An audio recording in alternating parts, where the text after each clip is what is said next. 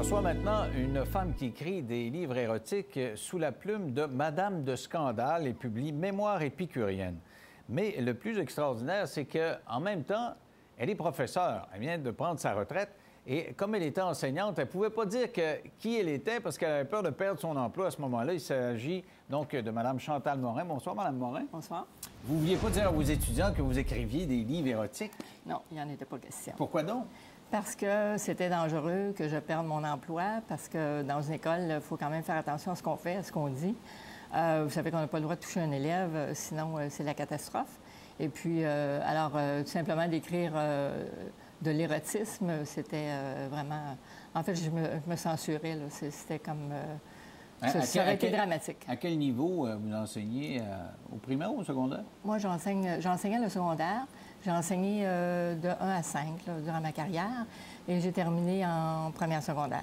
Quand vous dites « je me censurais », ça veut dire que comme vous saviez que vous étiez enseignante et vous avez commencé à écrire des livres, vous disiez « bon, mais si un jour ça se sait, je suis aussi bien de pas aller trop loin », c'est ça? Bien oui, parce que j'avais peur que ça se sache, bien entendu. Mais malgré ça, j'écrivais parce que c'est ma passion. Et puis, j'avais l'intention de, disons, là,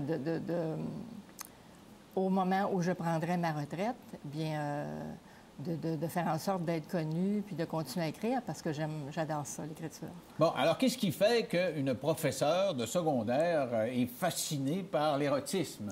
Bon, alors, fascinée, oui, je suis fascinée par l'érotisme, mais disons que ça a commencé d'une drôle de façon.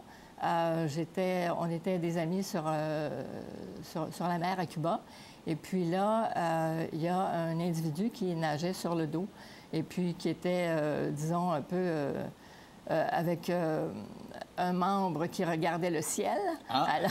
vraiment? C'est ça. En état d'excitation, le monsieur. Exact. Okay. Donc, ça m'a donné l'idée d'écrire.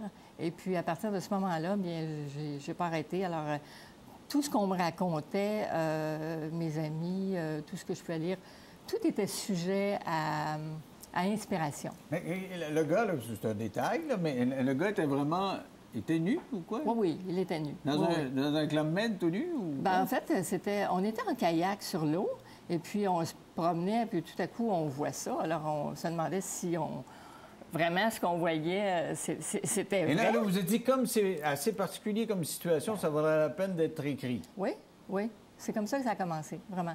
De toute façon, moi, je savais que je voulais écrire dans mon...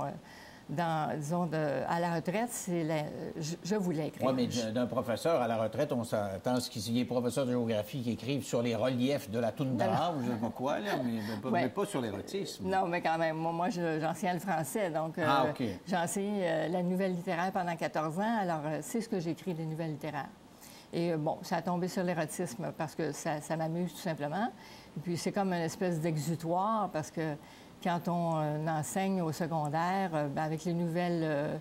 avec tous les changements que le gouvernement a fait récemment, mettons, disons, pour les 10 dernières années, c'était comme assez douloureux, je dirais. Vous aviez moins de plaisir à enseigner? Ah, mais oui, mais oui, OK. C'est drôle parce que tous les enseignants qui prennent l'expérience, disons, ont à peu près ce sentiment-là. C'est pas drôle? Oui, oui. J'avais perdu la passion. Pas la passion de l'enseignement, mais la passion d'être en classe. Parce que quand on arrive en début d'année puis qu'on se retrouve avec un nombre épouvantable d'élèves, c'est déjà arrivé de voir dans une classe 40-42 élèves en début d'année. Puis là, c'est comme un peu difficile à ce moment-là de replacer les élèves parce qu'ils sont un peu turbulents au début. Et puis, je vous dirais, les cours les plus importants, c'est disons, la première semaine d'enseignement. Alors, si on commence mal l'année, bien, ça peut aller mal toute l'année. Donc, vous vous décrochiez en allant écrire en cachette? Bon, non, j'écrivais pas en cachette. Non, mais quand même, vous ne vouliez pas écrire dans les salles de classe? Non, je n'écrivais pas dans les salles de classe, j'écrivais chez moi.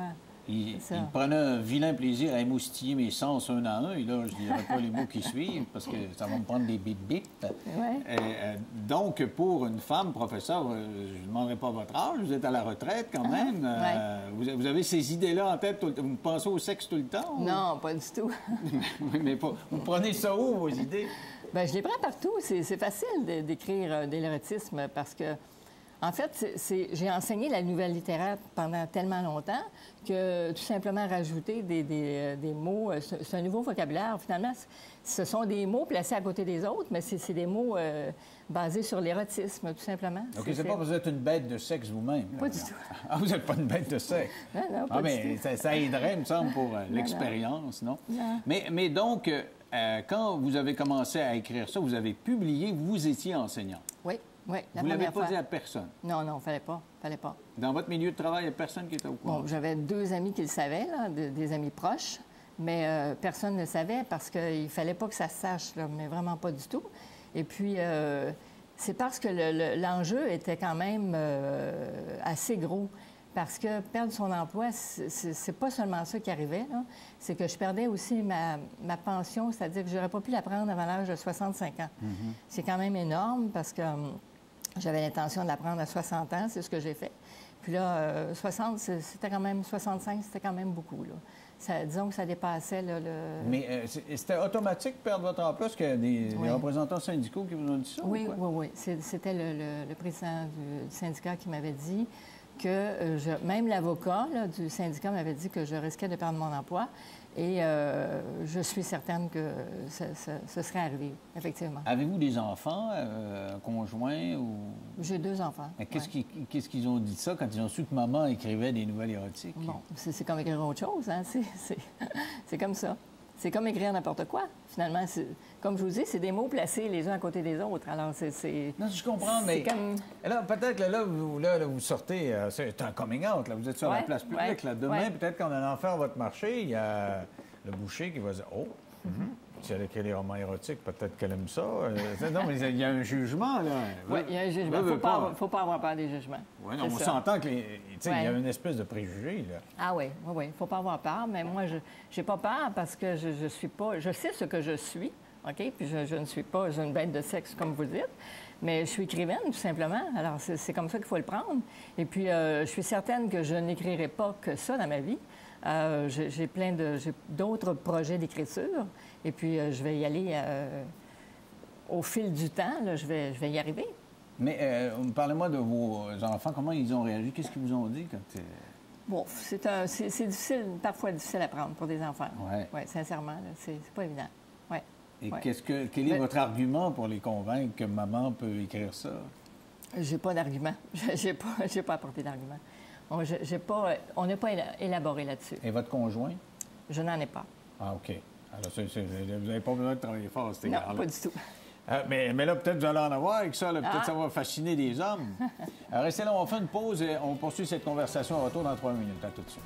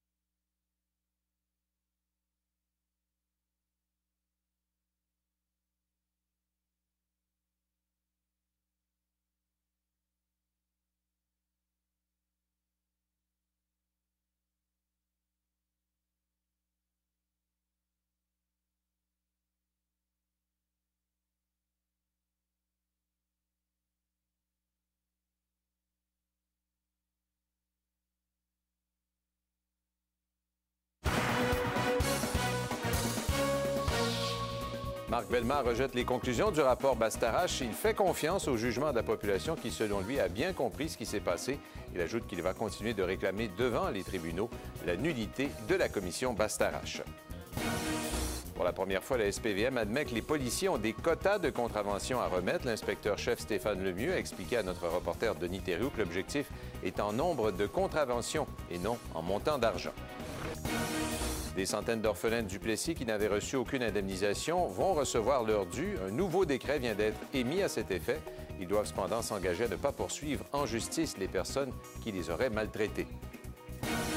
À New York, une femme a retrouvé ses parents biologiques 23 ans après son enlèvement alors qu'elle n'était qu'un bébé. Elle avait toujours eu des doutes sur ses origines. Des recherches et des tests d'ADN lui ont permis finalement de retracer sa famille. De retour à Denis Lévesque et ses invités.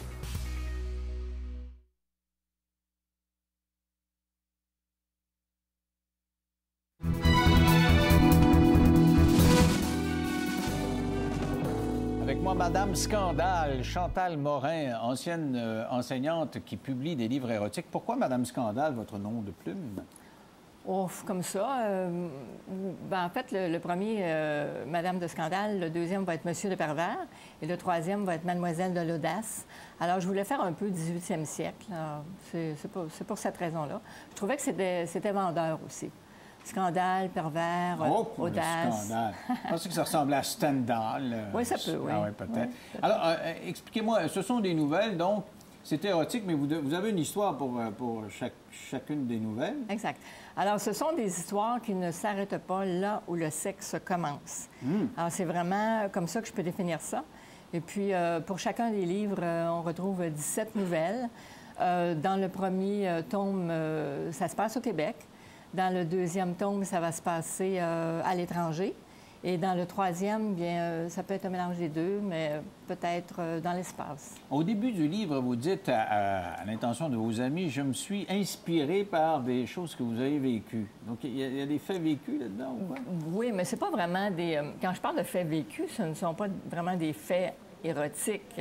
Ce sont, par exemple, j'ai fait des rencontres... et puis, disons que j'ai inventé, j'ai imaginé des choses par la suite. Alors, c'est comme ça que c'est tourné de façon Donc, vous avez l'esprit tourné vers... pensez à ça tout le temps, là. Est-ce que vous êtes en train d'imaginer qu'on a une aventure sur la table ici, là? Je pourrais. Je ne sais pas. J'étais dans un studio de télévision, je m'accrochais. Non, mais c'est comme ça que vous fonctionnez? Ça pourrait, oui, ça pourrait. Oui, parce que, dans le fond, c'est le... Pour titiller l'intérêt des personnes, c'est le contexte qui est le plus important, dans le fond. Oui. Et c'est quoi les trucs? Moi, je n'ai pas de trucs. Moi, ma recette, c'est la nouvelle. OK? Alors, je suis ma recette de la nouvelle et j'insère des passages érotiques, tout simplement. Et j'en insère le plus possible pour que ce soit intéressant pour le lecteur. Ben oui, c'est sûr. Tu sais, l'histoire, il y a le début puis la fin, mais c'est le milieu qui compte, là, dans le fond. Comment vont réagir vos collègues de travail maintenant? Parce que pendant des années, vous avez été donc l'enseignante sérieuse. Et ils ne se doutaient pas que dormait en vous un volcan littéraire. Et quand ils vont voir la binette actuellement, ils vous voient la binette, là, ils ont la bouche ouverte ou quoi? Ah oui, sûrement. Ouais. Il y a beaucoup de gens qui vont être surpris. Énormément, oui. Parce que finalement, je pense que j'ai pas l'air d'une femme qui écrit des... Bon, de toute façon, ça a l'air de quoi une femme qui écrit des livres érotiques? Ça a l'air de ça! Faudrait se le demander. Mais non, mais je pense pas que... Non, j'ai pas l'impression qu'on puisse penser ça de moi. Mais dans votre milieu de travail, vous étiez reconnu comme quelqu'un de sérieux?